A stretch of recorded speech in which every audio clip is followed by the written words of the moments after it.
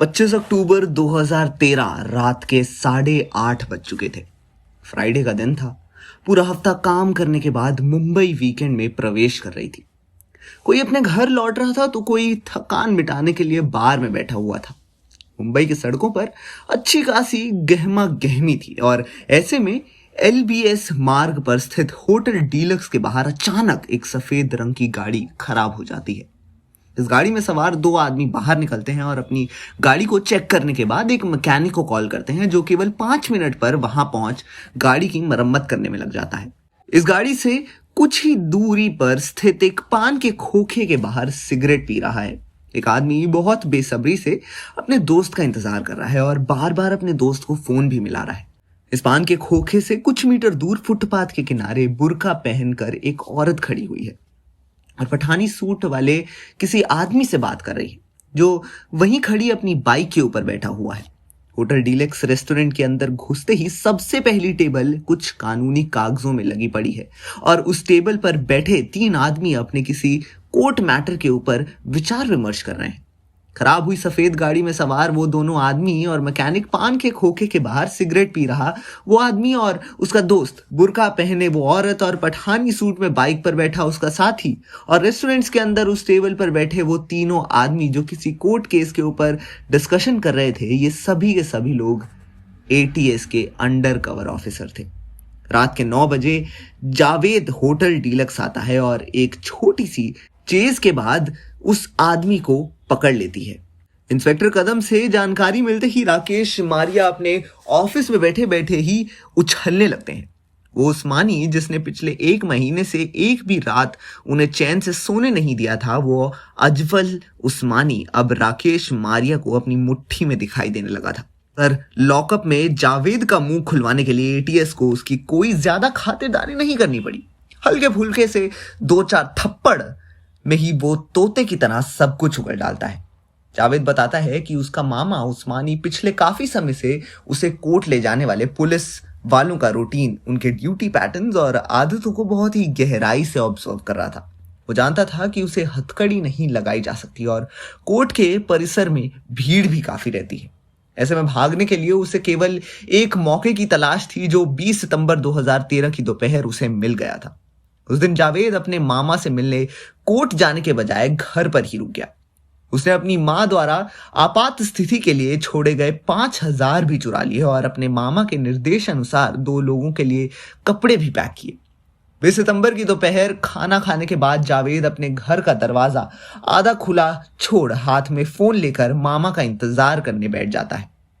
4:30 बजे उस्मानी chocolate colour का pant और सफेद शर्ट पहनकर जावेद के घर पहुंचता है। जावेद, जल्दी करो, क्या तुमने पैसों का इंतजाम कर लिया है? हो गया है तो फिर खड़े हो जाओ, हमें अभी निकलना है, उस्मानी ये कहता है और बिना कोई सवाल जवाब किए जावेद अपना बैग उठा उसके पीछे पीछे चल पड़ता है। असल में धारावी में पले बड़े जावेद के लिए अपना मामू अफजाल उस्मानी किसी हीरो से कम नहीं था। उसके अफजल मामू अंडरवर्ल्ड में भाई हुआ करते थे, जिनके नाम मात्र से ही अच्छे अच्छों की हवा खराब हो जाती थी। उसके दबंग मामू जिन्होंने इस्लाम की खिदमत करने के लिए अंडरवर्ल्ड का रास्ता छोड़ जिहाद का रास्ता पकड़ लिया था। जावेद जैसा कच्ची उम्र का बेरोजगार लड़का अपने इस आदर्श मामू से आखिर कैसे इन्फ्लुएंस ना होता। घर से बाहर निकलने के बाद उस्मानी और जावेद मुकंद नगर जाते हैं, जहां विनायक हेयर कटिंग सैलून में अपनी दाढ़ी मूठ साफ करवाने के बाद उस्मानी हेड और फेशियल मसाज भी करवाता है। उस्मानी का मेकओवर पूरा हो चुका था और अब उसे एक नए सिरे से एक नई जिंदगी शुरू करनी थी। सूरज ढलते ही मामा भांजे की जोड़ी बेस्ट की बस में बैठकर खार जाते हैं और फिर खार से ऑटो में बोरेवली, जहां से प्राइवेट बस में बैठे गुजरात के लिए रवाना हो जाते हैं। रात के करीब 1:30 बजे वापी रेलवे स्टेशन पहुंचने के बाद उस्मानी और जावेद गोरखपुर अवध एक्सप्रेस में सवार होते हैं, जो उन्हें सुबह लगभग 7 बजे तक लखनऊ पहुंचाती है। ततीहारा गांव में नाराज, जहां जावेद की बड़ी बहन यानी उस्मानी की भतीजी सलमा खातून की शादी हुई थी।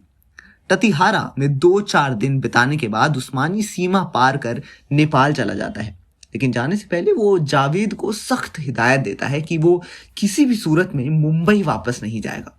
उस्मानी के नेपाल जाने के बाद जावेद लालपुर के आसपास एडमिशन के लिए कोई ठीक ठाक सा कॉलेज ढूंढने में लग जाता है, लेकिन एडमिशन के लिए उसे अपने सर्टिफिकेट और मार्कशीट की आवश्यकता थी जो मुंबई में पड़े हुए थे। वैसे भी जिंदगी भर मुंबई के अपराधी तत्वों के बीच पले बड़े एक जवान लड़के को पूर्वांचल की देहाती जिंदगी कहां से सुहाने वाली थी। उसे तो धारावी के अपने वो लोग दोस्त याद आ रहे थे, इसलिए अपने मामू के निर्देशों को ताक पर रखते हुए जावेद मुंबई के लिए निकल ही जाता है। अब जावेद मुंबई आ तो जाता है, लेकिन उसे अच्छे से पता था कि यहाँ एटीएस उसे शिकारी कुत्तों की तरह ढूंढ रही होगी, इसलिए वो घर, दोस्तों, रिश्तेदार से दूर ही रहता है और गोवंडी के गैराज में काम के बदले अपने रहने का इंतजाम कर लेता है। जिसके कुछ दिनों बाद जब एटीएस उसे पकड़ लेती है तो पूछताछ में वो सारी जानकारी पुलिस को देता है और एटीएस को अपने दूसरे सोर्सेज से मिली जानकारी उस्मानी के खतरनाक इरादों में से पर्दा उठा देती है। इस समय तक आईएम की ज्यादातर लीडरशिप मारी जा चुकी थी या फिर जेलों में सड़ रही थी। यही कारण था कि उस्मानी कुछ भी करके इस खाली जगह को हथियाना चाहता था, लेकिन आईएम की कमान अपने हाथों में लेने के लिए अब उस्मानी को भारत में कुछ नए धमाके करवाने थे और इसके लिए वो दुबई अंडरवर्ल्ड और पाकिस्तान की आईएसआई से संपर्क भी साध चुका था। इंस्पेक्टर कदम के पूछने पर जावेद बताता है कि अब उसका मामा नेपाल में है, लेकिन नियमित रूप से ततिहारा आता जाता रहता है। इसका मतलब ये था कि महाराष्ट्र एटीएस को एक नई अनजान जगह जाकर अपने इस मिशन को अंजाम देना था और इसके लिए राकेश मारिया को अपने कुछ सबसे चालाक, चतुर और इंटेलिजेंट ऑफिसर की आवश्यकता थी। जावेद से पूछताछ करने और मुंबई और ततिहारा के बीच पॉइंट ऑफ कांटेक्ट बनने के लिए इंस्पेक्टर दिनेश कदम को मुंबई में ही रुकना था। एटीएस मंगेश पोते, इंस्पेक्टर शीतल रावते, अनिल पुलिस नायक नामदेव काले और महेश बागवे कांस्टेबल संपारू और अलवर मुंबई पुलिस के नामों को ततिहारा जा उस्मानी को पकड़ना था और मुंबई वापस लेकर आना था। लेकिन सुनने में आसान ये मिशन वास्तव में कितना मुश्किल होने वाला है इसका अंदाजा किसी को नहीं था। एंड टाइम पर इन सभी ऑफिसर्स को लखनऊ की फ्लाइट में एक साथ सीट्स नहीं मिल पाती, इसलिए इन्हें दो ग्रुप में बांट दिया जाता है। एक ग्रुप का जिम्मा इंस्पेक्टर सीता राव को और दूसरे का एसीपी को सौंपा जाता है। दो अलग अलग फ्लाइट्स में लखनऊ के लिए निकल जाती हैं और सबसे पहले इंस्पेक्टर रावत की टीम लखनऊ में लैंड करती है। इंस्पेक्टर रावत की टीम जानती थी कि जावेद के अरेस्ट होने और यहां आने की खबर आतंकियों के नेटवर्क तक पहुंची जाएगी, इसलिए बिना दूसरी टीम का इंतजार करे वो टवेरा गाड़ी किराए पर लेते हैं और ततिहारा के लिए निकल जाते हैं। ततिहारा में पूछताछ करने पर इंस्पेक्टर रावत की टीम को पता चलता है कि उस्मानी की भांजी के घर एक नया आदमी आया है, जिसे पहले कभी नहीं देखा गया। लेकिन अब सवाल ये उठता था कि यह आदमी कौन है और ये कैसे पता किया जाए कि अभी वो घर के अंदर है या नहीं। दोपहर होते होते सादे कपड़ों में कुछ स्थानीय पुलिस वाले की भांजी के घर जाते हैं और कहते हैं कि उन्हें मिली शिकायत के अनुसार घर में ताश का जुआ खेला जाता है। उस्मान की बनाजी पुलिस वालों को अंदर तलाशी भी लेते हैं, लेकिन उस्मानी नहीं मिल पाता। ये सुनते ही राकेश मारिया गुस्से से आग बबूला हो जाते हैं। उन्हें लगता है कि अब उस्मानी को ऑपरेशन की भनक लग ही जाएगी और वो हमेशा हमेशा के लिए उनकी पहुंच से बाहर चला जाएगा, लेकिन ऐसा नहीं होता। इस घर में मौजूद लोगों को किसी प्रकार का कोई शक नहीं होता, बल्कि वो तो उल्टा उन घरों की जानकारी पुलिस को देने लगते हैं जहां वाकई में जुआ खिलाया जाता था।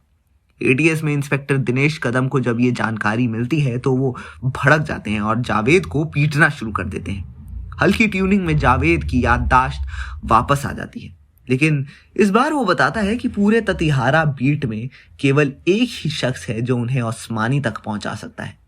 अब वो कौन है ये मैं आपको बताऊंगा नेक्स्ट वीडियो में। और सलमान की अपकमिंग फिल्म वांटेड 2 की स्टोरी ऐसी ही स्टोरी पर बेस्ड होने वाली है, तो बने रहिए हमारे साथ हमारे चैनल बॉलीग्राड स्टूडियोज पर।